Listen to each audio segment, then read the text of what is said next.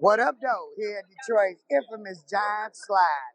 After apparently they made some adjustments to fix the speed.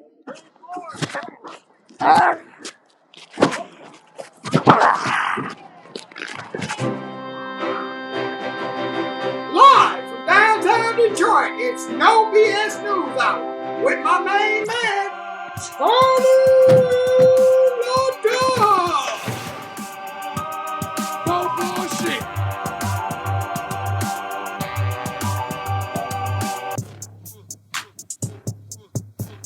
Well, it rained this week and there were no power outages to speak of.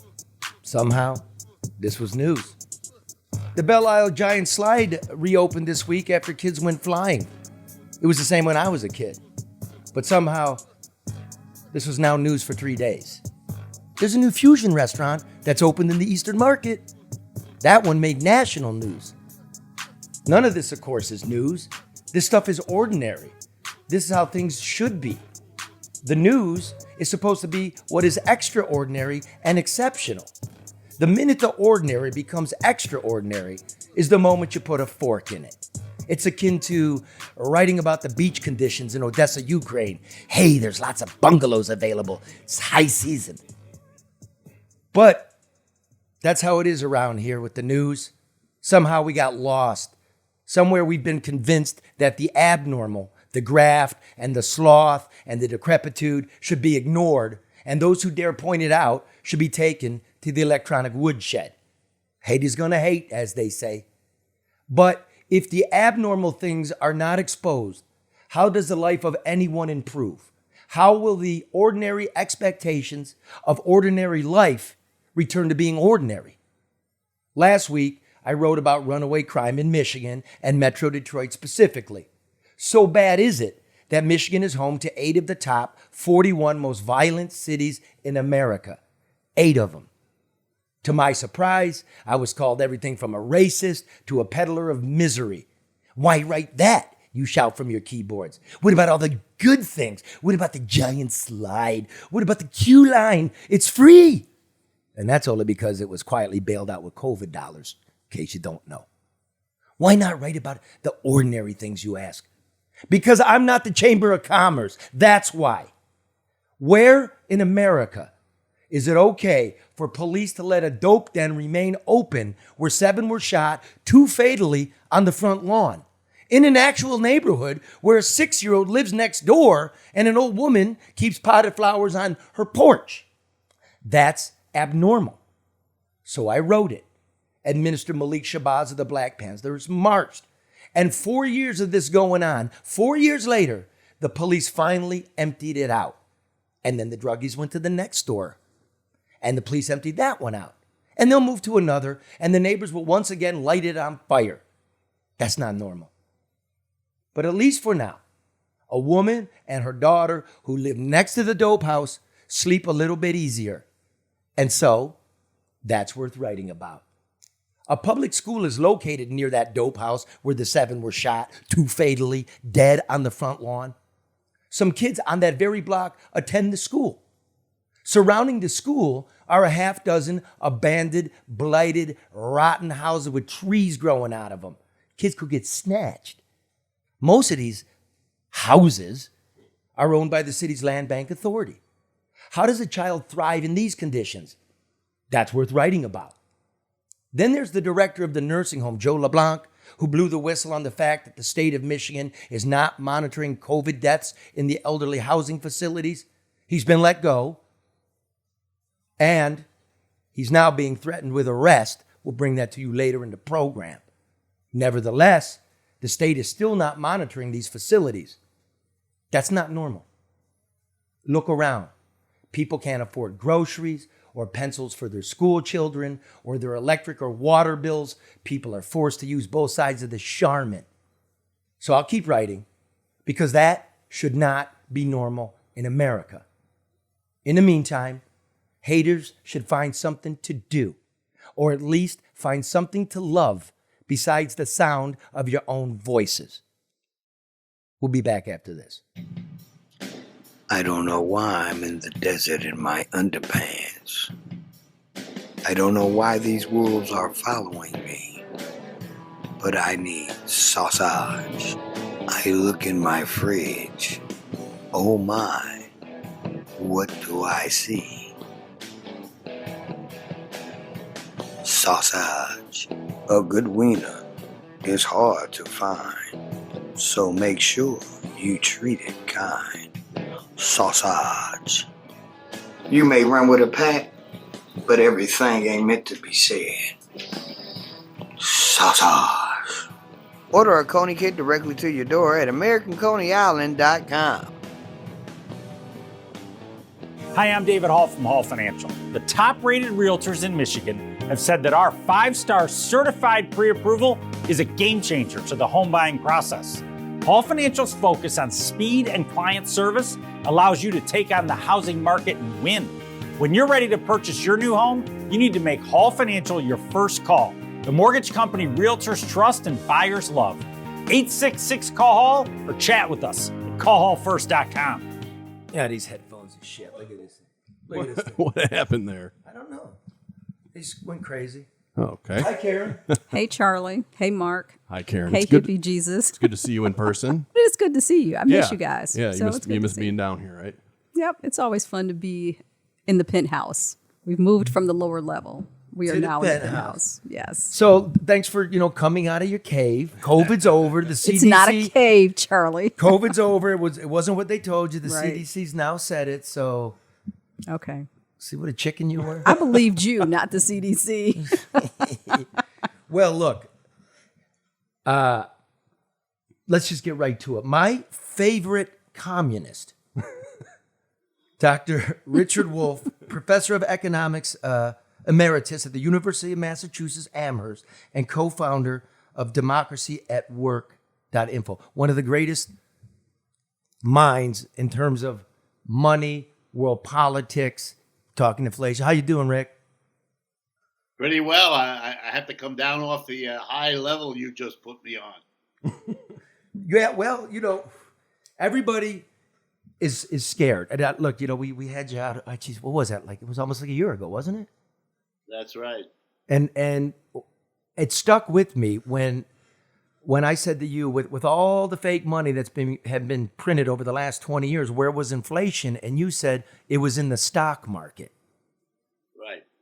And now it's come to pass. So let me just throw a few figures out, figure out what's going on with money. So we have this new microchip bill, right? So we're now going to subsidize corporations to manufacture microchips. That's $250 billion. The Inflation Reduction Act is another $750 million. This is supposed to lower the budget deficit by $100 billion over 10 years, but we're still spending. We now have the debt forgiveness, right? We're now going to bail out graduate students. They're giving me a number about $300 billion. I'm suspecting it's somewhere, by my math, around $500 billion. In the last 2 years, we've increased the money supply by 40%. We just created money. 40% of all the money out there was created in 2 years. So when you create money and people are going after the same products, all that happens is the price of the product. Is inflation, Richard, because government is printing too much money and just handing it out because we cannot live the way we think we can? No. Let me explain. Please. Part of the story is printing money, no question. You add a ton of money, especially in a short time, into any economy, and you're going to have to now watch where that money goes.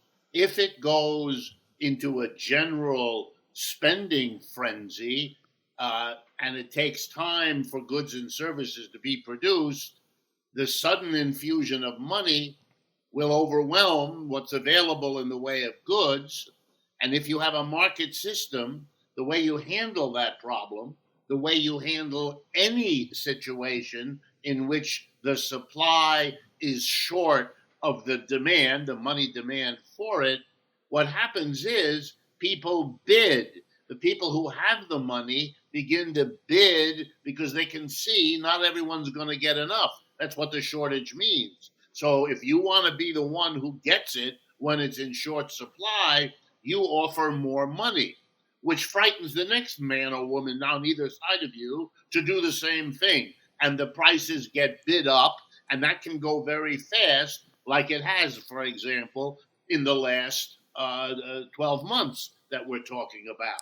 And so what ends up happening is the prices keep going up until, and this is crucial, the following happens. The people who can't afford to buy at these inflated prices drop away. Once that happens, the demand, that's what goes down, because that's what it means when people can't afford to pay the high prices. And so then the inflation is supposed to stop because we have thrown to either side the poor people, the low or middle income people who can't pay the rising prices of homes, of automobiles, or even of the energy and the groceries at the end of the month. So if we allow markets, then money can lead to an inflation. But here's the way to answer and understand this. That doesn't necessarily happen. For example, if the government gives most of the money to banks and large corporations, which in the United States is a virtual given, that's the way it works, those institutions might decide that it's more profitable for them to go into the stock market and bid up the price of stocks. And we had that pretty much for most of the 10 or 15 years before COVID hit us. The money was being printed and the money was going into the stock market. People were bidding against each other, driving the stock market to record highs we've never seen before. But that made rich people in America, because you remember, the top 10% of Americans own 85% of the shares. That top 10% was making out like bandits because the value of the shares they own was going up through the roof. They went so far, however, this is the beauty of it, it went so far that the prices of shares became so inflated that more and more sharp hustlers on the stock market said, this can't continue. You can't keep selling people $500 a share stocks when you know that the underlying company isn't worth but $25 a share. Eventually, people are going to panic when they realize this and get out of the stock market. And then, by the way, it can go down with the same rocket speed it went up. And to avoid being killed by that process, people start holding back. That began about a year and a half ago. Now the new money coming in wouldn't go into the stock market because it was a scary place to avoid. And so the question became, where then is the extra money going to go? And the answer has been into the energy sector, into the food sector, things that are not so quick and easy to increase in supply, because the sharp people knew if all the money leaves the stock market in terms of growing the way it used to and goes into the world of real goods and services, they're going to be bid up. And I want to get in on that. And the shareholders then started buying land and other kinds of things that go up in a general inflation. I'm sorry to take this much time, but it's not the money by itself that causes the inflation. It's a question of who gets the money, what they think is profitable. And the real question for Americans is, why should a majority of the people who are not involved in any of these decisions be left having to live with the inflation, now the recession that they're going to have to deal with the inflation? We're all spectators being screwed as the people in charge move around the bits and pieces on the chessboard, sorry for mixing my metaphors, to arrange what's profitable for them. That's the real question Americans should be asking themselves. And don't you think with this Inflation Reduction Act, which doesn't, right? And let me throw this number absolutely in too. Doesn't. That's it right. Absolutely does not. But what it does do is it subsidizes, amongst other things, like the car companies, right? You can send the Mach-E down to Mexico or the Equinox, right? They'll get the credits. The cars can't sell at market rate, so the government's going to subsidize by $7,500. The average electric vehicles cost about $66,000. Nobody can afford that but the more well-to-do. And we're basically subsidizing the rich again, are we not? Yep. But people should stop being surprised by this. I mean, what the first time it happens, yeah. The fifth time it happens, maybe, yeah. Maybe the 10th time, yeah. We're not all quick. Some of us are slower. But after 500 times, if you don't see the pattern that is screaming at you, then it's because you don't want to. There's something in you that doesn't want to see, that shies away from having to face what is obviously going on. Maybe it's because people don't want to think they've been taken for a very long ride. But that's kind of a doom and gloom message for the average American. It's almost like we're screwed. What are we supposed to do? If we're not part of the 1%, then it kind of feels like we're either helpless or our hands are tied. Well, let me say, Professor, because I studied economics too. You're not the only one with an advanced degree. And by the way, I paid my loans. I worked my ass off. I did. I paid mine, man. Are you a doctor, Charlie? Of love. I got a PhD in LUV. They call me the Doctor of Love, Detroit Dr. Love. Okay, get back to the economic part. You forgot. There's too much slack. There's too much money awash in the system, and so. Yeah, I think they should raise taxes. When you raise taxes, of course, the company's going to pass it on to the people. The people are going to stop buying the goods. The government's going to take money out of the system by collecting taxes. It'll be less affordable, and we're just going to have to go through that. We're just going to have to face the music. But I now see the Democrats. They are like Republicans to me. You're really helping the elite. You can't. But that's how this country is structured, though, Charlie. I mean, people with no money actually make money for people with money. They either work for them, they either buy their goods and services. This country rests on the backs of people who can't afford it. Am I right? And it is so obvious that, for those of us that study this, after a while, we don't want to be the messengers of gloom and doom. I don't get any joy out of doing that. I'd much rather be telling people something that'll make them smile and that'll make them appreciate what they're hearing. I often preface what I have to say by saying, look, please don't get angry at the messenger. I didn't cause what I'm telling you about, but I'm not going to lie to you about what it is. Listen, the mantra from Washington, especially from the Republicans, but plenty of Democrats do it too. If you give money directly to the mass of people, for example, giving a little extra during the pandemic to people who are unemployed, whoa, what a terrible thing to do. And we hear all the time, gee, that's a disincentive for them to go back and look for work. Gee, we shouldn't be doing that. Gee, all these questions are raised. And then I'm scratching my head. In December of 2017, the Trump administration gave corporations and the rich the biggest tax cut in American history. And when did it come? Wait, time out, Richard. It was the biggest tax cut in American history. And before Trump gave that, when was the biggest tax cut in American history? The biggest one? Yeah. Probably under Kennedy. What about Bush? We had two tax cuts. Also. We had a tax cut under Obama. Obama ran Obama ran $1 trillion deficits. Bush ran $500 billion deficits. Trump ran $1 trillion deficits. Biden runs $1 trillion deficits. This isn't 2 years in the making. This is decades in the making. Is this correct? They're all to blame. Correct. They're all to blame.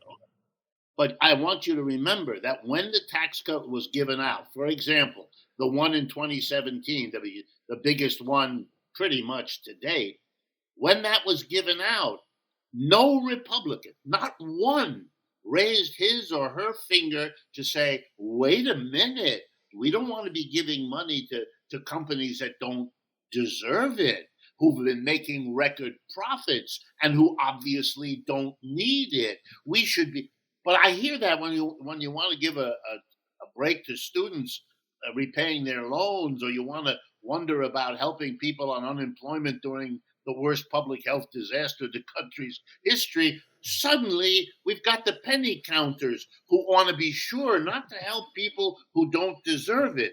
But if you're going to do that on one kind of spending, how is it you don't do it on the other kind of spending? Agreed. And the answer is that these money creations and these tax cuts have stopped having anything to do with some kind of general plan for how to make the economy work better.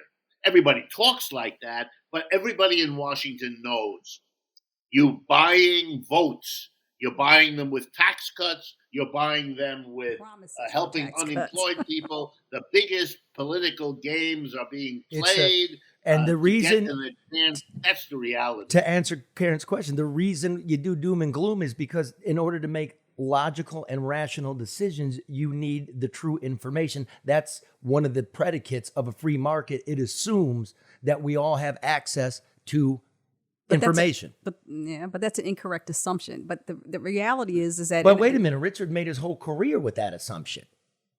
So no, Charlie.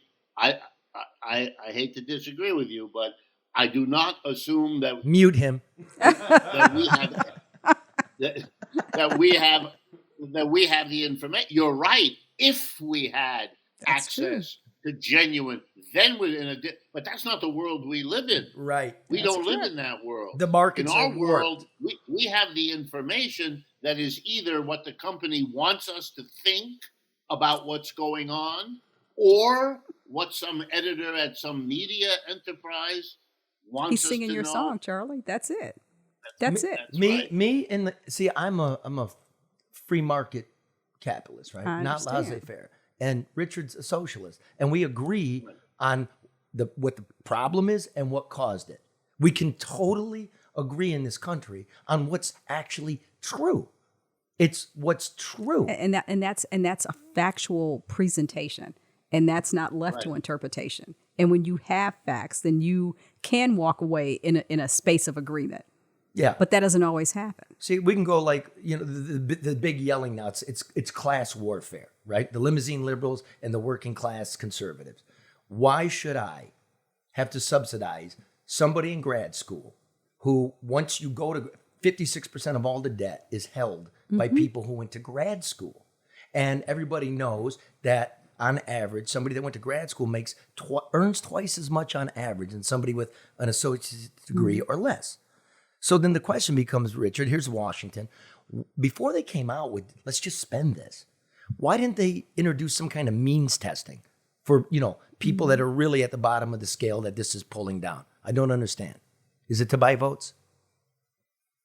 Well, as best I can tell, that's the only answer that I can come up with. Look at that. They got a tough election coming. They need to spread good cheer and goodwill.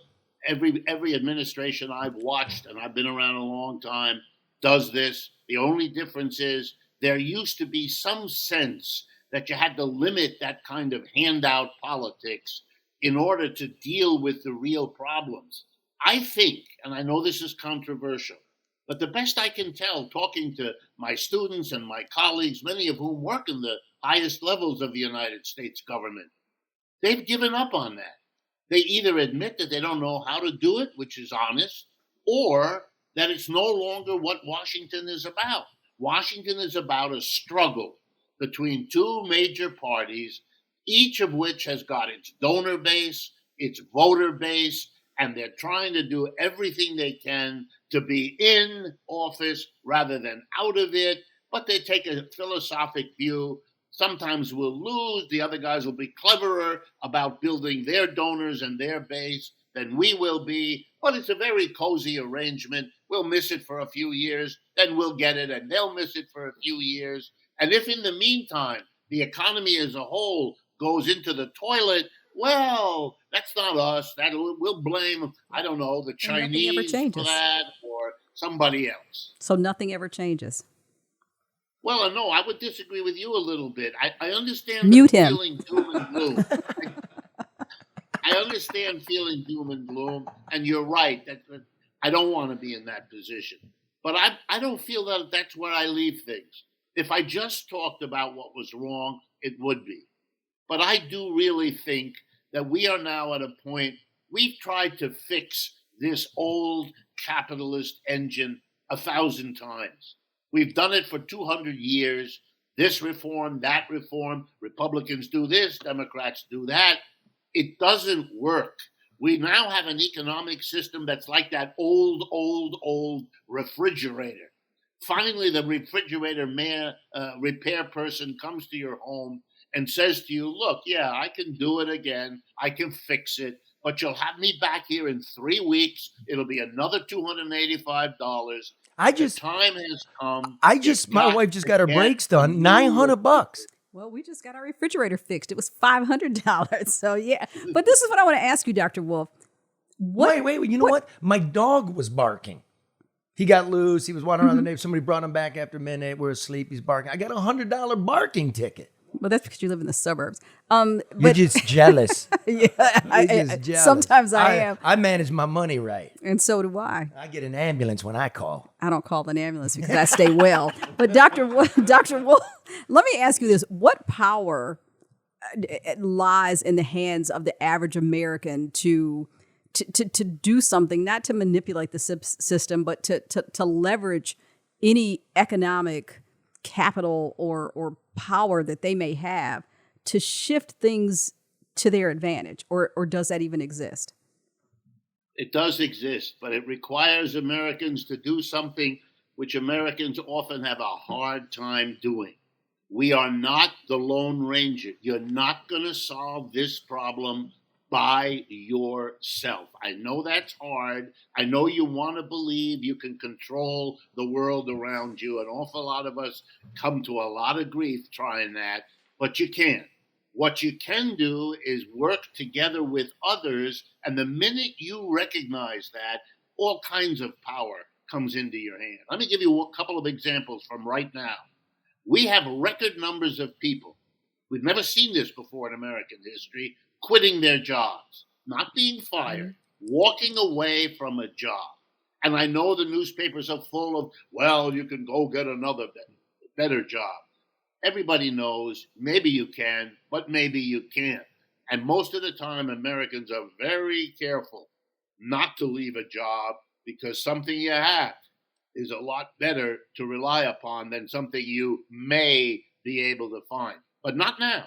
Millions and tens of millions of Americans have been walking away from jobs. You know why? Because the jobs are no good. The pay is not adequate. The benefits have been cut back. The security is gone. You don't even know from 1 week to another when you're working or how hard you're working. Dr. Richard Wolff, Professor Emeritus at the University of Massachusetts Amherst, who we're talking to, great mind, great economist. Karen and I actually know some stuff. We know that the labor participation rate, those who actually are working, who can work, is down about a percentage point. That's about 4 million people that left. And when we were looking at the data, what age groups, Karen? It was the 20 to 30-year-olds and the 50 to 65-year-olds. That's who left. Those are the ones that are not working. So the 20 to 30-year-olds, that's the millennials, like, this job's shit, right? It's not even worth my time. I'll get another job. Well, or they can do something else, Charlie. Right. That's the thing. Technology, and I think the pandemic proved that our work method was outdated. You don't have to come into an office. There are things that you can do differently. And I think the millennials or the younger people understand that they don't have to duplicate what has already been proven to fail. Or they might be going back to school and racking up debt. More debt. They could be doing that too. The 50, 55, 60, 65, they just realize this. Hey, it's a grind. This is shit. It's not even worth it anymore. I got enough. Yep. I'd rather just live life. So I think you're right, Richard. It's just we got jobs and everybody's like, well, what jobs? What's that job paying? But what kind of life is that though, Charlie? That's the thing. You go to school, you rack up debt, you get a job to pay off the debt. And by the time you do that, it's time to retire and you don't have enough money to live. So where does life fit in that equation? Professor, where does life fit in? Well, that's what I was getting to in answering her good question, and that is You got to reorganize the system. You got to get a new refrigerator, not keep patching up the old one because it's come to the kind of end of the line. And by that, let me tell you really clear what I mean. Basic change, the thing that scares so many people. You don't, just like it scares you to think about buying a new refrigerator. But what the repair person tells you is you're going to do better in the long run with that new refrigerator than throwing good money after bad fixing a busted one. That's what we're doing. We need to realize that there are basic changes that could be made in this economy and it would work a whole lot better. And the first one, and the one that I run around the country preaching about, literally almost like a preacher, is this. If you want the economy to work for the people, you got to put the people in charge. We don't do that. In our economy, we have a tiny group of people, the owner of the business, the board of directors of Here the comes that corporation. socialist bit. Here we come. Did you That's vote for right. Bernie I Sanders? wouldn't be a socialist if I didn't think they had a better solution than the people who keep patching this busted capitalism. That's the thing about communism. I say it to my BLM friends and all that. I go, you know what? Marx and Engels did the most brilliant job of identifying the problems, the inherent problems in capitalism. The problem is their solutions were shit. You know what I'm saying? So I know what we have to do, Richard. We have to go back to what we were doing. You know what I mean? Before the repeal of Glass-Steagall, before NAFTA, before normalization of trade with China. China's on the ropes itself, but we're not going back.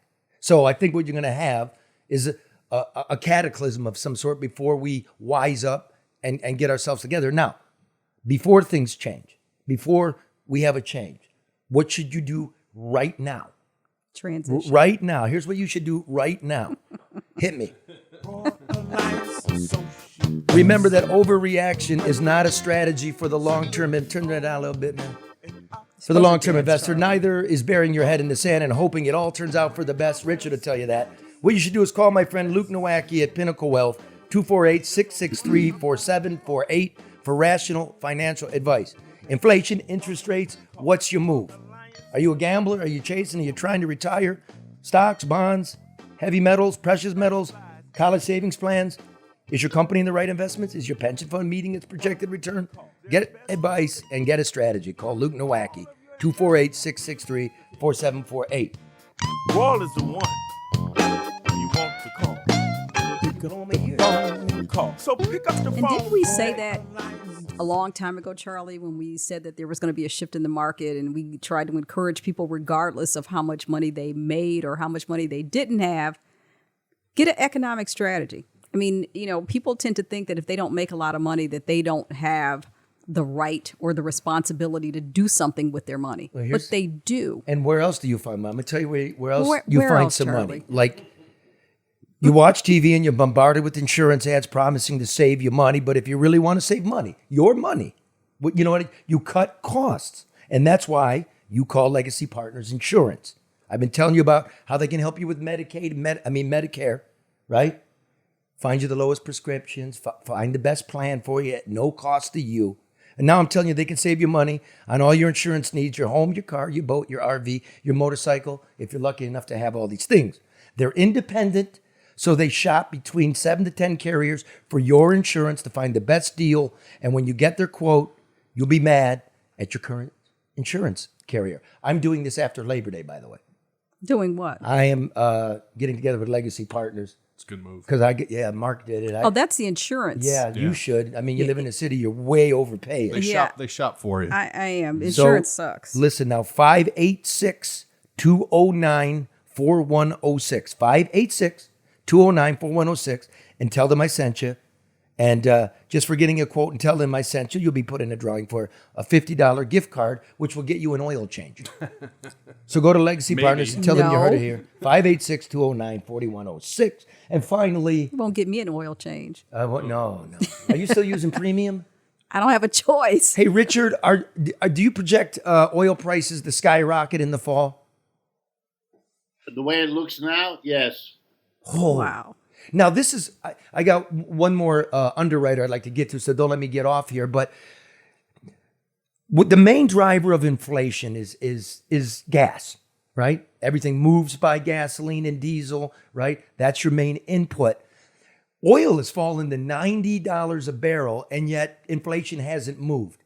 If Richard's prognostication is correct, I don't see a respite from inflation, Richard. No, I don't either. Oh shit! I don't think anybody does. I think what you're hearing now is what you heard a year ago. A year ago, the predictions were, well, we probably won't have one, but if we do, it won't be very serious and it won't last a long time. That turned out to be wrong on every point. And to take the same people's pronouncements now, telling you what's going to happen 3, 6, 12 months from now, I mean, it didn't make much sense a year ago, but after the performance we've seen, let me remind you, the job of the Federal Reserve in its charter, which is now over 100 years old, is number one, price stability. Well, we don't have price stability. We have an inflation. They didn't do their job, and they didn't do it very well. And to now take them all terribly seriously as they tell us the steps of raising interest rates that are going to solve the problem, believing these people, even if they mean well, I'm not questioning their motives, but they are riding an animal that isn't ridden. Capitalism has its own logic, its own contradictions, its own problems, and they're just tinkering around at the edges, keeping this old refrigerator going. And the shit about the government is they don't get done what they're even supposed to do, like the CDC saying we didn't even track the data, right? Transition. Here's the transition. This is for the government this time around. ADR, right? Get it done. Like, get the costs reduced, right? Make it on budget. Save we the people, the clients, money. They're experts in procurement and government compliance and information technology and everything else. Everything else. Like, you don't have an HVAC on the nursing home that will filter it. They get it done. They know how to do it. They were running the demolition in this state when it was being run right. And since they didn't want it to be run right, they're not running the demolition. But they've overseen more than $250 million in private and public construction projects since 2001. We got this ridiculous skyscraper net report out, right? That right through the ass. Right through the ass, because you don't call Barry Ellentuck at ADR, honest, ethical, smart, 248-318-9424 for a consultation. Get the job done right, on time, on budget. ADR Consultants, 248-318-9424. I am transitioning down to the seat. Follow me, Joe. Here we go. Thank you. I feel like I'm back in school. I like listening to Dr. Wolff. Okay, Dr. Wolff, listen to this, okay? Karen, listen to this, and all you out there, listen to this. There's a white-collar guy at Ford, whom I know, who spent the better part of the last year teaching his eventual replacement in India how to do his job. And now the hammer's fallen, and the white-collar guy's last day is next month. One of the 3,000 salaried workers who's been tossed to the curb. The company forced him to sign a non-disclosure agreement in exchange to keep his severance, so I won't mention his name. Now, the name I will mention is Ford CEO Jim Farley, who made a cool $23 million in compensation last year. He's made it clear this is only the beginning. Another 5,000 white-collar jobs are on the chopping block as Farley makes his big bet on the electric future. Most of those job cuts will be here in Michigan. I used to love Ford. If you grew up here, chances are you spent some time in an auto plant or a machine shop or a parts supplier. And the big three paid its taxes, which gave us good schools, which prepared us for college, which gave us good jobs, which allowed us to pay back our student loans. Others, family members of mine, good friends, you out there, you went directly to the factory and made a good middle-class life. That's over. So I don't love Ford anymore because Ford doesn't love us. Maximum shareholder profit is now the immutable law, and much of that profit comes in the heaping form of corporate venality and broken promises. As one example, Richard, Ford received more than $100 million this year from the state of Michigan with the promise of upgrading its electric footprint here and creating 3,000 jobs. And then Ford pivots and lays off 3,000 people. A year ago, the company announced a major expansion of its engineering and technology hub in India that already employs 11,000 people. And now with my friend, you can make that 11,001.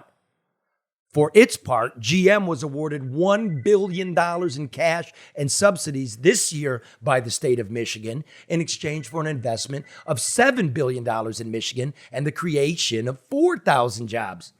But then you read the fine print.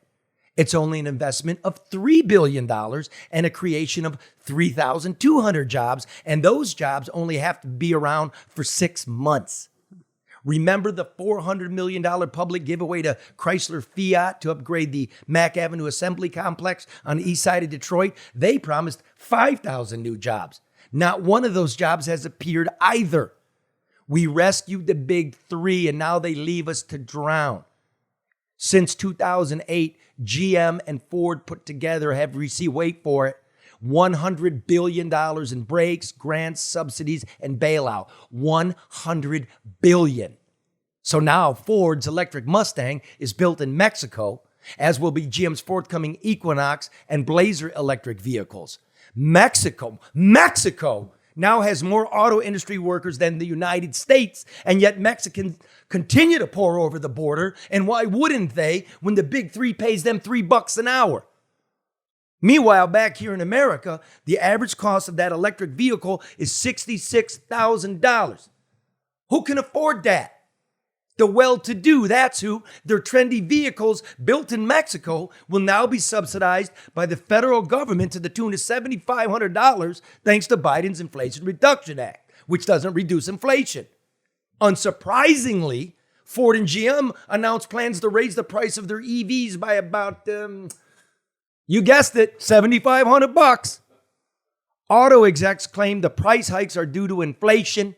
Tell that to the average single working mom in Michigan who makes $26 an hour. An oil change now costs her 2 hours' wages before tax, and she's among the poorest working women in America. In Detroit, Dan Gilbert, the billionaire, gets a $60 million tax break for his failing skyscraper.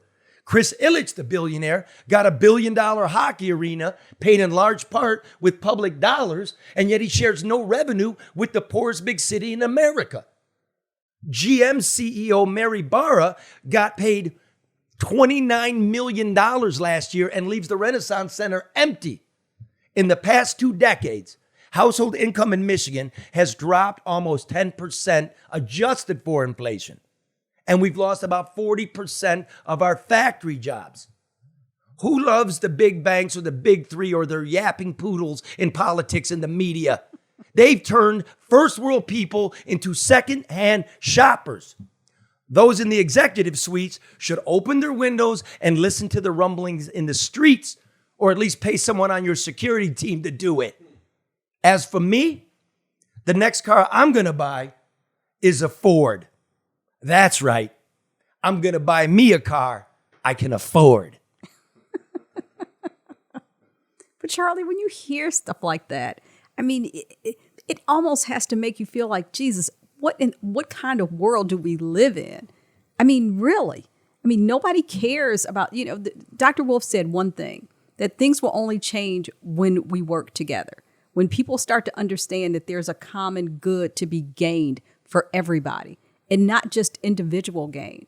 But until then, this is where we are. You still with this, Doc? Yes, I am. Government subsidies of big corporations, do they work? Do they create jobs? Do they pay for themselves? Very rarely.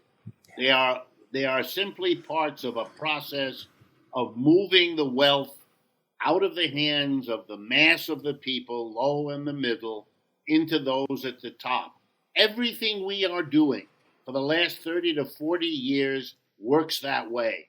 Whether it's moving the jobs overseas because you can pay workers way less there, or to escape environmental limits that we have in this country, but that they don't have in one or another of these other countries. The subsidies are part of that. The tax cuts are part of that. When a big bill is announced, if you look at it, it has 400, 500, 600 pages. Mm-hmm. Not at all unusual. Most of those pages are covering little deals. This one was made to get these two congressmen and women to sign on. This one was made to get that senator to add his or her name to it. Most of the bill isn't about what the bill is called, like inflation reduction. It's actually about all kinds It's Orwellian. of what we used to call pork You to know, make fun of it. in that We inflation, don't call it pork anymore, but in it's the reality. in the of a Inflation government Reduction Act, purpose. they were going to close the loophole for hedge fund managers. You know, they manage like multi-billion-dollar portfolios, and it's let me see if I can put it simply to people. Basically, when you earn money, your sweat, right? You get taxed on that at a higher rate than what you make on your investments, your gravy, right? So hedge funds managers don't take income. They don't take a check. They take a piece of future earnings. And so therefore it's more investment money. That's how they do it. And that tax rate is, what is it? The federal tax rate for a normal person about 15. Roughly, it's 20%. Whereas if they took it as income, they would have to pay almost 40%. So we, the people who are laboring, are paying 40% of our income to taxes. And these fucking guys that the doctor's talking about, you're taking cheap money from the government, blowing it into the stock market. Look at Jeff Bezos. And then you're paying 15%. I mean, what about, when you talk, you reference some people here locally, but you think about Jeff Bezos. I mean, he's one of the richest, if not in the world. I mean, the kind of money that he makes is crazy. And these are the loopholes that make him richer. And these are the loopholes that continue. And who's making him rich? Those of us who can continue to order off of Amazon. So I am for 80,000 more IRS agents if they were actually, in fact, going after the money. I'm not really, I'm anticipating a couple people I know's door being knocked on just because that's the way it goes now. But you know what? It's so much process, Charlie. Nobody knows what's going on. I mean, they just don't. Do you want to know? Do you want to know where the most audited county in America is? Let me guess. Go ahead. It's Mississippi. It's a majority African American county, and what the IRS was looking for was the child tax credit. How basically we're going to give you a subsidy because you have to show your work. But that's the thing. Everybody picks on, and that's the most. That's the most. And I don't like to use the word poor. I just don't like that word. But those are the people that are picked on. They are. All right, doctor. Here's what we're going to do. Doctor. Look, the whole system. When an inflation goes up, let's be honest. That's hardest on the people with the least amount of money. Whether you call them poor or call them anything else, an inflation is not an equal difficulty for everybody. The less money you have, the more the inflation hurts. Are you from New York? Rate. Are you from New York, Richard? Are you from New York? I was born in Youngstown, Ohio. Where'd you get that accent? It's not Youngstown. Well, if you live in the New York area, you pick it up. You do. But I was born in the Midwest, and I lived the first 5 years of my life in Ohio, Missouri, and Colorado. Well, let me tell you what they say in New York. You want to know what they say about New York? What? About wealth and all this? Basically, it's this. The more bread you got, life's like a shit sandwich, right? The more bread you got, the less shit you taste. That makes sense. Mm-hmm. All right, Dr. Richard Wolff. Listen, we're going to have to get to the local news. Do you want to just hang and listen to what's going on around here, or do you got to go? I got a little bit more time. I'll hang with you. Okay, you sit there. Okay, so in the news, give me this real quick. We're going to blast through the local news. Okay. Yeah. Oh no, that's breaking news. Okay. It's always breaking. All right. Okay, so number one, the Democratic treasurer of the state party, Tracy Cornack, called the county sheriff on me for going to her house. She felt threatened. Intimidated. Oh, intimidated. Okay. Yeah, I'm knocking on her door, and the deputy said, "How dare you?" Deputy said, "Why don't you just call first?" I said, "I called multiple times. I think that's actually how you got my phone number. But I am willing to appear in court on some kind. If you want to issue an order, that's no intimidation. I didn't intimidate. I'm not the one who's being accused of trying to bilk a brain damaged old woman and an insurance company. I'm not the one. I finally got a hold of the Democrats. And you want to know what the spokesman for the state party said? What did they say? Well, I don't know why you're looking for a statement. The treasurer really has little to do with the day-to-day of the party. What? I'm like, just the fucking treasurer. So I'm still waiting for the statement right now. Nursing home Joe, the one accusing her and the one that put out the documents and made the authorities aware of this. He received, the nursing home where he worked changed hands, and they canned him a month prior to when he was going to leave. Right. And then he got a certified letter in the mail this week, which reads, as a result of your recent behavior and inappropriate conduct for blowing the whistle. What is he to? What are they talking about? This letter divides you that you are no longer permitted on the premises. This notice applies to the entire campus, including the residents, all common spaces, walkways. Is it my mic on here? Yeah. Okay, It's on. my earphones. Walkways, driveways, and parking lot areas. Should you be seen anywhere on the campus premises or in or around the building, you will be considered a trespasser and the local police department will be called. This may result in your arrest. Be guided accordingly. So me and Joe trying to do the right thing here. You know what I mean? Trying to point out the obvious, like the government screwed up the COVID response, right? Not keeping track of people. That doesn't make any sense. There's a vulnerable Charlie. woman, and you're trying the old school of putting the police on us. That's old school. Put the police on us and we'll film it. That's the new school. But how can you What not I do, knock I on don't her care. door? You want to give me 10 days, 30 days in the county can? When you're letting accused murderers out on a tether? You're leaving crack houses open? Really? Shut the fuck up. That's what I say. So, do they call the police on? Does she call the police on the Jehovah's Witnesses that may knock on her door? I mean, what is Girl Scouts, the Girl Scouts, the police, the postman? What's illegal about knocking on There somebody's is nothing. door? There's nothing. It's not going to work. Now, I expect Madam Nessel, Attorney General Dana Nessel, who's yapping off on Twitter, hey, my opponent and some other friends of his, the Republicans, who are trying to conspire to flip this election, she referred them to the Attorney Grievance Commission, right? And she wants to know why it's taken over 500 days to even hear anything. Well, madam, I haven't heard anything from you on this. What clown? Oh, but that's because the Democratic treasurer, the one accused in this thing at the nursing home, was on Nessel's transition team. It's exactly like what Richard's talking about. Yep, that you only are told what they want you to know. That's what he said. Okay, here's the next one, Karen. Studies are out about Okay. the skyscraper. And they show, they were basically Are we talking independent about the studies. one over here? Yeah, the Dan Gilbert skyscraper. Okay, around the corner from the penthouse. From the penthouse. Okay, that we can't see because we're higher than what? Okay, I got it. Yes. Okay. That plus 3 other properties got some sweeteners, some cash, some prizes, over $700 million of this guy, right? Okay. Well, we were right about everything. It was never going to be that tall, just like I said. It wasn't 900, it wasn't 800. It's not even going to be 700. They never had blueprints finalized. That cost them $100 million because they had to keep bringing architects in. They haven't bought the steel. They never had the financing. It was considered too risky, too speculative. So, no one's ever heard of subsidies of this magnitude. We got ripped off. We told you. Duh.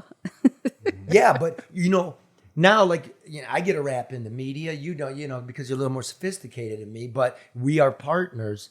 And what we've been doing for the last couple of years, and we just had to go first. This shit's true. That's true, Charlie. But the thing about it is that you put the information out, people hear it, they agree with it, they seem to be bothered by it, but no response to it. Meaning, it doesn't. What does it? It doesn't change anything.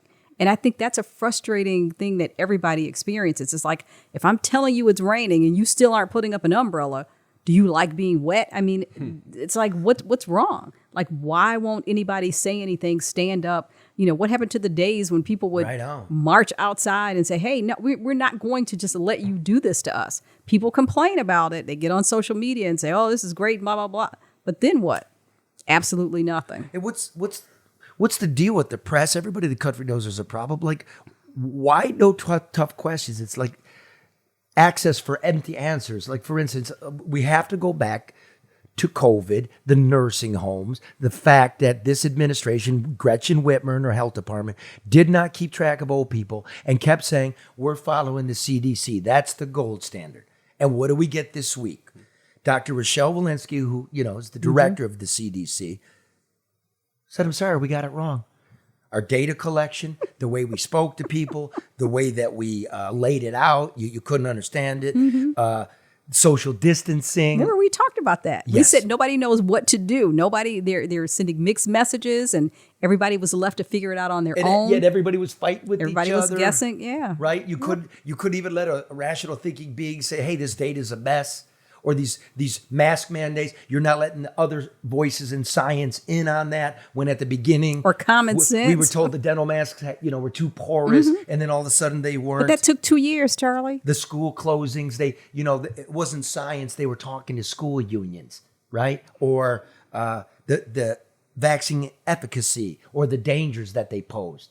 When they now admit it, the CDC's inability to detect COVID's presence early and its failures to deliver a workable containment strategy. And the only thing they ever asked for was specific federal government funded nursing homes, and not all the nursing homes. And then this governor's hiding behind it, and Cuomo's lying. COVID is not bullshit. We know that. But this response was a fucking mess, just like our economy, just like this electric grid idea that doesn't exist. In California, I saw the headline today. I think they're eliminating gas-powered vehicles, so their whole thing is going to be electric. Yeah, by 2035. Yeah. So, Yeah, still, just the very thought, you know? California has one of the least reliable, we all know this every fall when it catches on fire. Yeah. Right? Least reliable grids. Where's the money for the grid? Michigan has one of the worst grids in the Northern Hemisphere. Where are we going to plug in when the wind blows? Where are we going to get the extra capacity? That's true. Biden says, I'm in this Inflation Reduction Act, there's $5 billion for charging stations. That's not even a strategy. That's just where's the blueprints? But I think too, Charlie, everybody, including the president and the governor and the mayor, everybody just says stuff, that people grasp onto.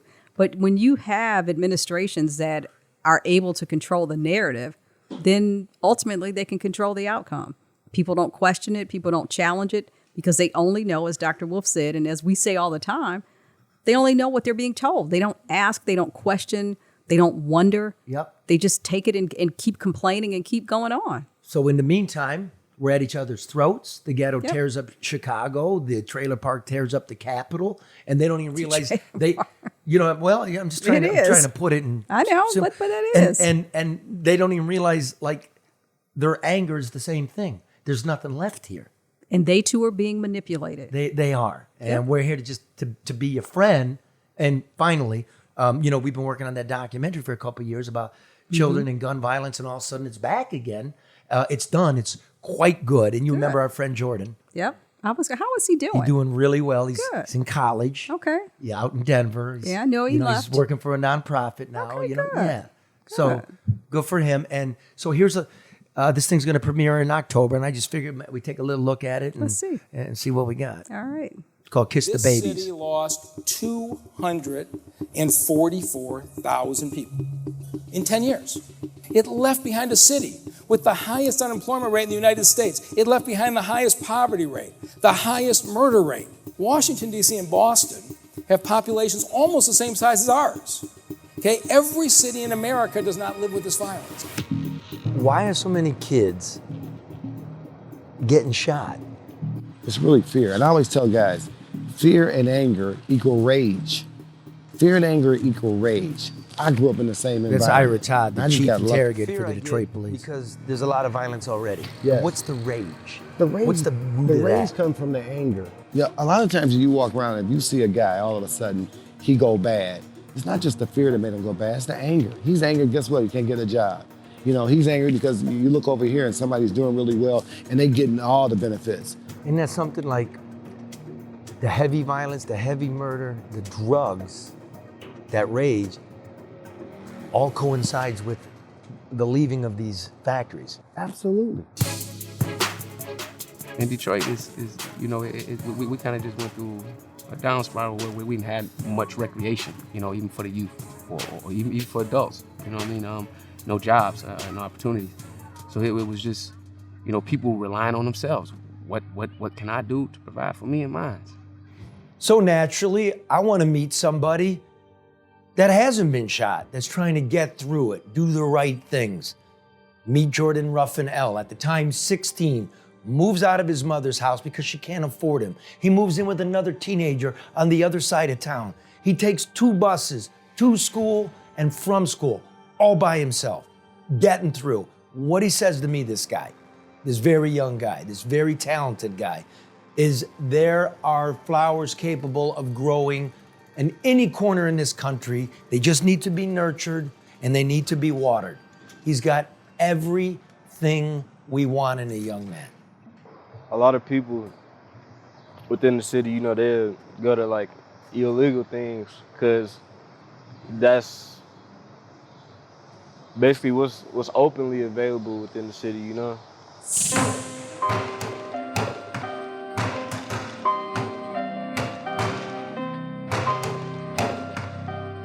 It's a saying, like if you keep too many rats within the same live trap, they 9 times out of 10 by the morning time, one of them be eaten by another one. So, in other words, less resources, less thoughtfulness.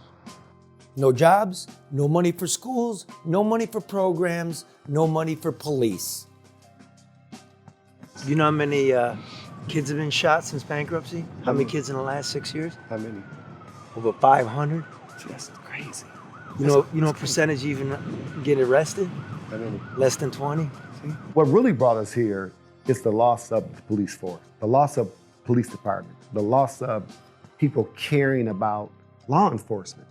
That's what really brought us here. It's the disrespect of law enforcement, how they minimize what we do, how we're set up to be the bad guy. We're the political pawns in all of this. Law enforcement officers, and every cop go out there every single day and bust his ass to do something good. But we got a handful of officers trying to do the job where you need at least double the amount of officers out there. When I came on the job, it was 5,000 cops. You could not drive through a neighborhood without passing another scout cop. It was 5,000 of us. You had enough resources to really go out there and fight crime. Now we got about 2,000 cops. And think about it, 2,000 cops. 2,000 cops. 2,000 cops. And then not only that, they making them work double shifts. So Detroit goes bankrupt. This is supposed to somehow improve children's lives. Do we get schools? Do we get programs? Do we get after-school jobs? Do we get more police? Do we get crime solved? No. Another homie got smoked, but it's no surprise. Everybody's tripping cause the boy was too young to die. So I've become close to Jordan in the 2 years that I know him. His very best friend killed himself with a gun. And then I got a call around Christmas. His other very best friend looked at the dope man Ron at the liquor store and took it in the chest. And Bushwick can't sleep when everybody around me keeps falling 6 feet deep. There's an old saying, you're like walking lunch. You know what I mean? Yeah. Are you a target, you feel? Yeah, I have, man, I have. It's been like that almost since I can remember, you know? But not me being on my own and not being in the house all the time and, you know, having to make money and stuff by myself, yeah, you know? When do you feel it? Like when does the radar go off? When does the hair on your neck start to tell you, uh-oh? What do you do to avoid it? Basically, whenever you walk outside the house, radar on. I mean, it's like a lifestyle, though, if you think about it. You're born in Detroit, you know about straight bullets, hit people, and just senselessness. I don't know, I look at it as a living. You know, there's a whole way of life where it's not like that. Yeah.